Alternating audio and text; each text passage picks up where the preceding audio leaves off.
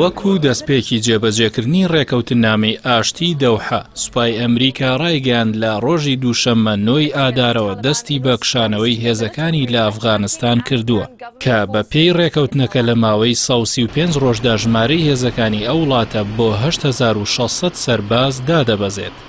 عەقید سۆنی لیگید وتەبێژی سوپای ئەمریکا لە پەیامێکدا ئەو زانیاری ڕاگەیاند و جەختیشی لەسەرەوە کردەوە پێداویستیە سەربازیەکانیان بۆ ئەنجامدانی ئۆپراسیۆن لە دژی ڕێکخراوەکانی قاعیدە و داعش و پشتیوانی لە هێزەکانی حکومەتی ئەفغانستان دەمێنێتەوە. ئەوەی لە ئەفغانستان ڕوودەدات بە پێی ڕێکەوتنامەکەیە کە دەبێت 10 ڕۆژ دوای واژۆکردنی هێزەکانی ئەمریکا دەست بە قۆناغی یەکەمی پاشەکشیان بکەن. مارک ئیسپەری وەزیری بەرگری فەرمانی بۆ ژەنەڕاڵ سکۆت میلەر دەرکردووە و سەرپشکی کردووە لە چۆنێتی پاشەکشەی هێزەکاندا. لەو چوارچێوەیەدا ئاژانسی فرانس پرێس لە ئازاری دیپلۆماتکارانی ئەمریکیەوە ڕایگەیاند ئەو وڵاتە داوای لە ئەنجومەن یاساییش کردووە ڕۆژی سێشەممە دەنگ لەسەر پرۆژەی بڕیارێک بدات کە پشتیوانی لە ڕێکەوتنەکەیان لەگەڵ بزوتنەوەی تالیبان بکات. ڕاگەاندنی کشانەوەی هێزەکانی ئەمریکا هاوکات بوو لەگەڵ سوێن خواردنی هەریەکە لە ئەشرەف غەنی و ڕکابەرەکەی عەبدوڵڵا عەبدوڵڵا بۆ سەرۆکایەتی ئەفغانستان لە مەراسیمی جیاوازدا. ئەوەش قوڵی قەیرانەکانی ئەو وڵاتە نیشان دەدات و ئەو پرسیارە دێنێتە ئارا ئایا ئەمریکا چۆن دەتوانێت ڕێکەوتنەکەی جێبەجێ بکات و جەنگی 19 ساڵە کۆتایی پێبێنێت.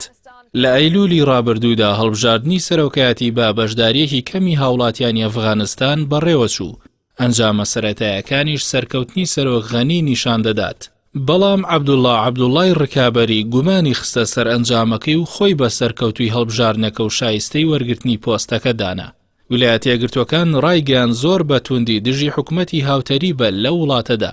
مایک پۆمپیۆ لە بەیاننامەیەکدا ڕایگەیاند ئێمە زۆر بەتوندی پێگەێنانی حکومەتی هاوتەری بوو لە هەمان کاتیشدا هەر بەکارهێنانێکی هێزیش بۆ یەکلایکردنەوەی جیاوازیە سیاسیەکان ڕەت دەکەینەوە. پۆمپیۆ جەختی لەوە کردەوە کە حکومەتێکی یەکپارچەی نیشتیمانی بۆ پاشەڕۆژی وڵات بە تایبەتی بۆ چەسپاندنی ئاشتی زۆر پێویستە. لەگەڵەوەشدا وەزیری دەرەوەی ئەمریکا خۆشحاڵی دەربڕی کە هەریەکە لە غەنی و عەبدوڵڵا پابەندی خۆیان بە ئاشتیەوە ڕاگەیاندووە. بۆیە ویلایەتە یەکگرتووەکان کار دەکات بۆ ئەوەی لە نێوان هەردوو لە ڕایەڵەی پێکهاتن بدۆزێتەوە.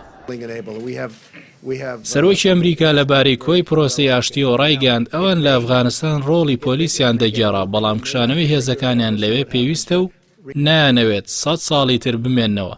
کاتی خۆیەتی خۆیان پارێزگاری لا وڵاتەکان بکەن و چیتر ئێمە بەو ئەرکە هەڵناسین. لەبارەی چارەنووسی حکومەت و تالیبانیشەوە وتی گەرچی خواستی ئێمە نییە بەڵام ئەگەری گەڕانەوەی دەسەڵاتی تالیبان لە وڵاتەدا هەیە.